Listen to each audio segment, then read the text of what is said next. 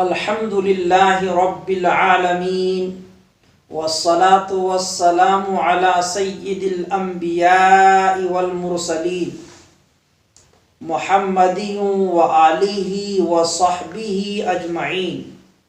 اما بعد۔ سامعین محترم اور حاضرین کرام، شریعت مطہرہ کا بہت بڑا مقصد یہ ہے کہ ایک ایسا پاک و صاف اسلامی معاشرہ قائم کیا جائے جس میں ہر مسلمان کی عزت و آبرو محفوظ رہے، کوئی مسلمان کسی دوسرے مسلمان بھائی کو اذیت اور تکلیف نہ پہنچائے، ان کے آپسی معاملات خوشگوار ہوں اور ایک دوسرے کے لیے دلی ہمدردی اور غمخواری کے جذبات نمایاں ہوں۔ دین اسلام نے مسلمانوں کو تاکیدی طور پر ہر ایسی چیز سے منع کیا ہے جو آپسی تعلقات پر خراب اثر ڈالتی ہو اور جن چیزوں سے معاشرے کی فضا بدمزہ ہوتی ہو۔ چنانچہ آپسی تعلقات میں بگاڑ پیدا کرنے والی اور الفت و محبت کے خوشگوار ماحول کو بدمزہ کرنے والی چیز غیبت و بہتان ہے۔ غیبت وہ مہلک زہر ہے جو اجتماعی زندگی کی بنیادوں کو کمزور کر دیتا ہے اور الفت و محبت کے پائیدار رشتے کو بغض و عناد اور نفرت و دشمنی میں بدل دیتا ہے۔ یہ وہ معاشرتی بیماری ہے، جب کوئی جماعت اس کا شکار ہوتی ہے تو اس میں بے اعتمادی اور بے اطمینانی کی کیفیت پیدا ہو جاتی ہے اور پھر ایک دوسرے پر الزامات اور تہمتوں کا نہ تھمنے والا سلسلہ چل پڑتا ہے۔ قرآن کریم اور احادیث مبارکہ میں غیبت و بہتان جیسے گناہ کبیرہ سے جا بجا منع کیا گیا ہے۔ قرآن کریم کے 26ویں پارے کے سورہ حجرات میں چند بد اخلاقیوں سے منع کیا گیا ہے، جن میں تمسخر، طعنہ، برے القاب سے پکارنا، بدگمانی کرنا اور غیبت کرنا بطور خاص شامل ہے۔ لیکن ان سب میں جو انداز بیاں غیبت کی مذمت میں اختیار کیا گیا ہے وہ قابل عبرت ہے۔ چنانچہ ارشاد خداوندی ہے، یا ایھا الذین آمنوا اجتنبوا کثیرا من الظن ان بعض الظن اسم ولا تجسسوا ولا یغتب بعضکم بعضا أَيُحِبُّ أَحَدُكُمْ أَن يَأْكُلَ لَحْمَ أَخِيهِ مَيْتًا فَكَرِهْتُمُوهُ وَاتَّقُوا اللَّهَ إِنَّ اللَّهَ تَوَّابٌ رَحِيمٌ۔ اے ایمان والو، زیادہ گمان کرنے سے بچو، اس لیے کہ بعض گمان گناہ ہوتے ہیں، اور لوگوں کے عیوب تلاش کرنے کے پیچھے نہ پڑو اور نہ کوئی کسی کی غیبت کرے۔ کیا تم اس بات کو پسند کرو گے کہ اپنے مردہ بھائی کا گوشت کھاؤ؟ اسے تو تم ناپسند کرتے ہو۔ اللہ سے ڈرتے رہو، اللہ بڑا توبہ قبول کرنے والا اور بڑا مہربان ہے۔ غیبت کرنے اور الزام لگانے کا بڑا مقصد عموماً یہ ہوتا ہے کہ کسی مخصوص شخص کی تحقیر کی جائے، اسے کمتر ثابت کیا جائے اور لوگوں کی نظروں میں اسے گرا دیا جائے۔ اس رویے کی سخت الفاظ میں مذمت کی گئی ہے۔ چنانچہ ترمذی شریف میں حضرت ابو ہریرہ رضی اللہ تعالی عنہ کی روایت ہے، نبی پاک صلی اللہ علیہ وسلم فرماتے ہیں کہ کسی شخص کے برا ہونے کے لیے یہی کافی ہے کہ وہ کسی مسلمان کو حقیر سمجھے۔ دیگر روایات میں بھی غیبت کی مذمت کی گئی ہے اور غیبت سے روکا گیا ہے۔ چنانچہ بخاری شریف میں حضرت ابو ہریرہ رضی اللہ تعالی عنہ کی روایت ہے، ایاکم والظن فإن الظن اکذب الحدیث ولا تحسسوا ولا تجسسوا ولا تناجشوا ولا تحاسدوا ولا تباغضوا ولا تدابروا وَكُونُوا عِبَادَ اللَّهِ إِخْوَانًا۔ نبی پاک صلی اللہ علیہ وسلم ارشاد فرماتے ہیں کہ زیادہ بدگمانی کرنے سے بچو، اس لیے کہ بدگمانی اکثر تحقیق کے بعد جھوٹی بات ثابت ہوتی ہے۔ لوگوں کے عیوب تلاش نہ کرو اور خواہ لوگوں کے عیوب کے پیچھے نہ پڑو اور دوسرے کے بھاؤ پر بھاؤ نہ بڑھاؤ۔ آپس میں غیبت نہ کیا کرو، آپس میں بغض نہ رکھو، حسد نہ کرو اور پیٹھ پیچھے کسی کی برائی نہ کیا کرو، بلکہ سارے اللہ کے بندے آپس میں بھائی بھائی بن کر کے رہو۔ ابو داؤد شریف میں حضرت ابو برزہ اسلمی رضی اللہ تعالی عنہ کی روایت غیبت بیان کرنے والے کی سخت تنبیہ کرتی ہے۔ یا معشر من آمن بلسانہ ولم يدخل الایمان فی قلبہ لا تغتابوا المسلمین ولا تتبعوا بعوراتهم ومن يتبع بعوراتهم فيتبع الله عورته ومن يتبع الله عورته يفضحه في بيته۔ نبی پاک صلی اللہ علیہ وسلم فرماتے ہیں، اے وہ لوگوں جو صرف اپنی زبانوں سے ایمان لائے ہو اور ابھی تک ایمان ان کے دلوں میں داخل نہیں ہوا ہے، لوگوں کی، مسلمانوں کی غیبت نہ کیا کرو اور نہ اس کے عیوب کو ٹٹولا کرو، کیونکہ جو مسلمانوں کے عیوب کے پیچھے پڑے گا تو اللہ رب العزت اس کے عیوب کو تلاش کرے گا، اور اللہ رب العزت جس کے عیوب کو تلاش کرے تو اللہ رب العزت اسے اپنوں میں، اپنے گھروں میں ذلیل اور رسوا کر دے گا۔ حضرت مستورد بن شداد بیان کرتے ہیں کہ نبی پاک صلی اللہ علیہ وسلم نے فرمایا کہ جو لوگ مسلمان بھائیوں کی غیبت کا نوالہ کھائیں گے،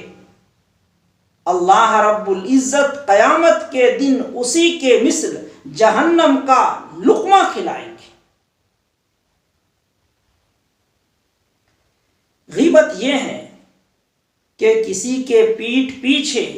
اسے رسوا کرنے کی نیت سے اس کے ایسے عیوب بیان کیے جائیں، اگر وہ سن لے تو اسے نہ پسند کرے، چاہے زبان سے صراحتاً کسی کے عیوب بیان کیے جائے یا تحریراً لکھ کر کے کسی کے عیوب بیان کیے جائے یا اشارتاً کسی کے عیوب بیان کیے جائے یا بدن کے اعضاء میں سے کسی عضو کے ذریعے اشارہ کرتے ہوئے کسی کے عیوب بیان کیے جائیں، یہ ساری صورتیں غیبت میں شامل ہیں۔ چنانچہ مسلم، ابو داؤد، ترمذی اور نسائی شریف میں حضرت ابو ہریرہ رضی اللہ تعالی عنہ کی روایت ہے، اتدرون ما الغیبہ قالوا اللہ ورسولہ اعلم قال ذکرک اخاک بما یکرہ قیل افرأیت ان کان فی اخی ما اقول قال ان کان فیہ ما تقول فقد اغتبتہ وَإِن لَّمْ يَكُنْ فِيهِ فَقَدْ بَغَّتَهُ۔ نبی پاک صلی اللہ علیہ وسلم نے صحابہ سے دریافت کیا، کیا تم لوگ جانتے ہو غیبت کسے کہتے ہیں؟ صحابہ کہنے لگے کہ اللہ اور اس کے رسول بہتر جانتے ہیں۔ نبی پاک صلی اللہ علیہ وسلم نے فرمایا، ذکرک اخاک بما یکرہ، اپنے بھائی کا تذکرہ ایسے انداز میں کرو کہ اگر وہ سن لے تو نہ پسند کرے۔ صحابہ میں سے کسی نے عرض کیا، اگر میں اپنے بھائی کی ان برائیوں کو بیان کروں جو حقیقتاً اس میں موجود ہو، کیا یہ بھی غیبت میں شامل ہے؟ تو اللہ کے نبی صلی اللہ علیہ وسلم نے فرمایا، اگر تم اپنے بھائیوں کی ایسی برائیاں بیان کرو جو ان میں ہو تبھی تو غیبت ہے، اور اگر تم نے اپنے بھائی کی طرف ایسی برائی منسوب کر دی جو برائی اس میں نہ ہو تو یہ غیبت نہیں بلکہ بہتان اور الزام تراشی ہے۔ اس حدیث میں نبی پاک صلی اللہ علیہ وسلم نے بھائی کے لفظ سے اس طرف اشارہ کر دیا کہ تم جس کی غیبت کر رہے ہو، اگرچہ اس کے ساتھ تمہاری رشتہ داری نہیں ہے لیکن حقیقت میں وہ تمہارا بھائی ہے، اس لیے کہ جس کی غیبت کی جا رہی ہے اگر وہ کافر ہو تو اس کے جد اعلیٰ بھی حضرت آدم علیہ السلام ہے، اور اگر وہ مسلمان ہو تو اس میں اسلامی اخوت اور دینی اخوت کے ساتھ انسانی اخوت بھی موجود ہے، اور اسلامی اخوت مسلمانوں کو جسم واحد کی طرح بنا دیتا ہے،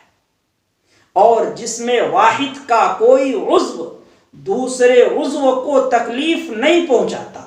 اور نہ ہی اس کے خلاف کوئی سازش کرتا ہے، اس لیے ایک مسلمان کو دوسرے مسلمان کی ایذا رسانی اور اس کے عیوب کی تشہیر کا باعث نہیں بننا چاہیے۔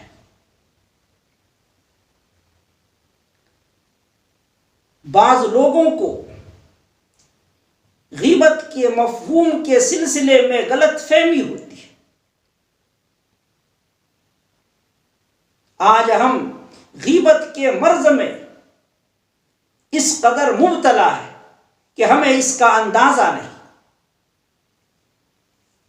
اس کی وجہ یہ ہے کہ ہم غیبت کرنے کے بعد بھی اس بات کا احساس نہیں کر پاتے کہ ہم نے غیبت کی، اور اگر کسی احساس دلانے والے کی وجہ سے احساس ہو بھی جائے تو ہمارا نفس ہمیں دھوکہ دیتا ہے کہ تم نے غیبت کہاں کی، غیبت یہ نہیں ہے۔ چنانچہ غیبت کے مفہوم کے بارے میں عموماً لوگوں کا خیال یہ ہے کہ کسی کے پیٹھ پیچھے اس کی ایسی برائیاں بیان کی جائے جو برائیاں ان میں نہ ہو، یہ غیبت ہے، اور اگر کسی کی عدم موجودگی میں اس کی وہ برائیاں بیان کی جائے جو برائیاں ان میں ہو تو یہ غیبت میں شامل نہیں۔ حالانکہ اوپر غیبت کے تعلق سے ذکر کردہ حدیث میں نبی پاک صلی اللہ علیہ وسلم نے صحابہ کرام کے سوال کے جواب میں اس نکتے کی وضاحت فرما دی کہ غیبت وہی ہے کہ تم اپنے بھائیوں کی برائیوں کو ان کے پیچھے بیان کرو، اور اگر تم اپنے بھائیوں کی طرف ایسی برائی منسوب کر دو جو بھائیوں میں موجود نہیں تو یہ غیبت نہیں بلکہ بہتان اور الزام تراشی ہے۔ اور بعض لوگوں کو یہ غلط فہمی ہے کہ غیبت وہ ہے کہ جو برائی کسی کے منہ پر کرنا ممکن نہ ہو، اور اگر کوئی کسی کی برائی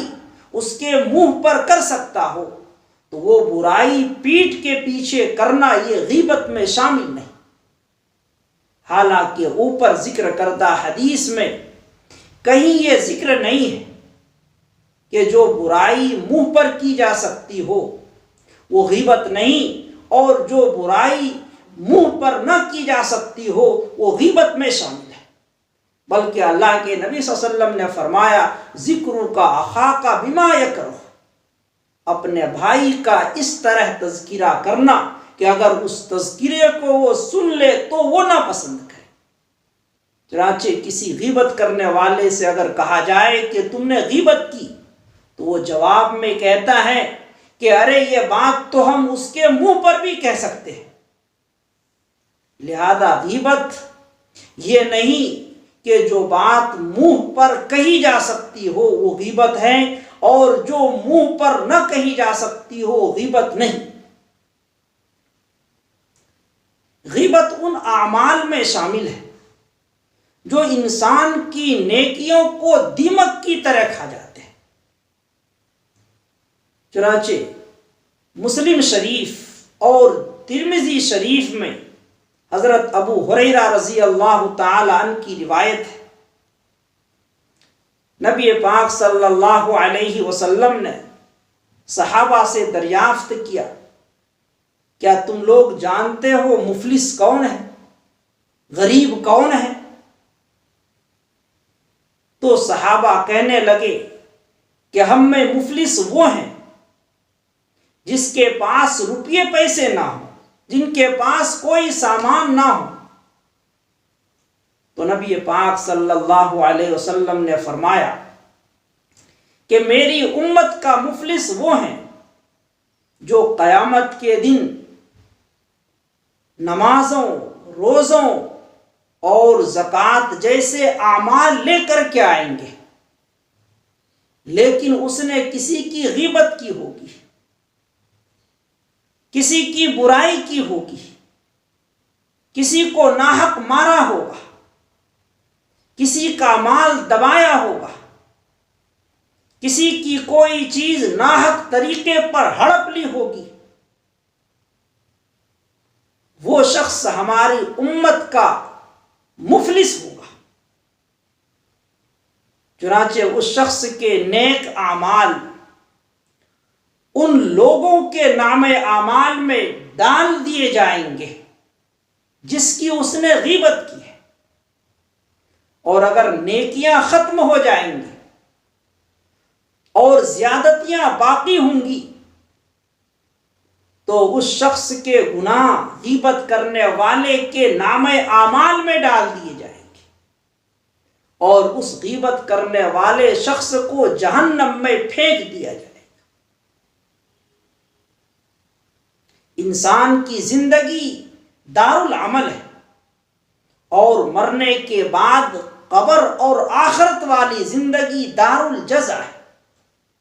یعنی انسان اپنی زندگی میں جو بھی اچھا یا برا کام کرتا ہے اس کا بدلہ اور اس کا عذاب اور اس کی جزا اور سزا آخرت میں ملتی ہے۔ لیکن بعض اعمال ایسے ہیں کہ اس کی جزا اور سزا آخرت میں تو ملتی ہی ہے، لیکن اس کا بدلہ کبھی اس دنیا میں بھی مل جاتا ہے۔ چنانچہ غیبت کرنے والوں سے متعلق دونوں طرح کی سزائیں ذکر کی گئی ہے۔ آخرت کی سزا سے متعلق حضرت انس رضی اللہ تعالی عنہ کی روایت ہے، نبی پاک صلی اللہ علیہ وسلم فرماتے ہیں کہ شب معراج میں میں نے کچھ لوگوں کو دیکھا کہ ان کے ناخون تانبے کے ہیں، اور وہ لوگ اپنے چہروں اور اپنے سینوں کو نوچ رہے ہیں۔ میں نے حضرت جبرائیل علیہ السلام سے پوچھا کہ یہ کون لوگ ہیں؟ جواب دیا کہ یہ وہ لوگ ہیں جو دنیا میں اپنے بھائیوں کا گوشت کھاتے تھے اور ان کی آبرو ریزی کرتے تھے۔ اعمال اور اعمال کے جزا اور سزا میں گہری مناسبت اور مشابہت ہوا کرتی ہے۔ اس لیے ان لوگوں کی سزا یہ مقرر کی گئی ہے کہ یہ لوگ اپنے ناخن سے اپنے گوشت کو نوچیں گے، چونکہ یہ دنیا میں اپنے بھائیوں کی غیبت کیا کرتے تھے، آبرو ریزی کیا کرتے تھے۔ اور دنیا کی سزا سے متعلق ابو داؤد شریف میں حضرت ابو برزہ اسلمی رضی اللہ تعالی عنہ کی روایت گزری ہے کہ اے وہ لوگوں جو اپنی زبانوں سے ایمان لا چکے ہو لیکن ایمان ابھی ان کے دل میں داخل نہیں ہوا ہے، مسلمانوں کی غیبت نہ کرو، ان کے عیوب کو نہ ٹٹولو، ورنہ اللہ رب العزت ایسے لوگوں کے عیوب کو ٹٹولے گا، اور اللہ رب العزت جن کے عیوب کو ٹٹولے گا، اللہ رب العزت ان لوگوں کو اپنوں میں اور اپنے گھروں میں رسوا اور ذلیل کر دے گا۔ اللہ رب العزت ہمیں غیبت و بہتان جیسے مہلک جرائم کی ہلاکت خیزی کو سمجھنے اور اس سے بچنے کی توفیق عطا فرمائے، اور اپنے مسلمان بھائیوں کی عدم موجودگی میں ان کے بارے میں اچھے خیالات کا اظہار کرنے کی توفیق عطا فرمائے۔ وآخر دعوانا ان الحمد للہ رب العالمین۔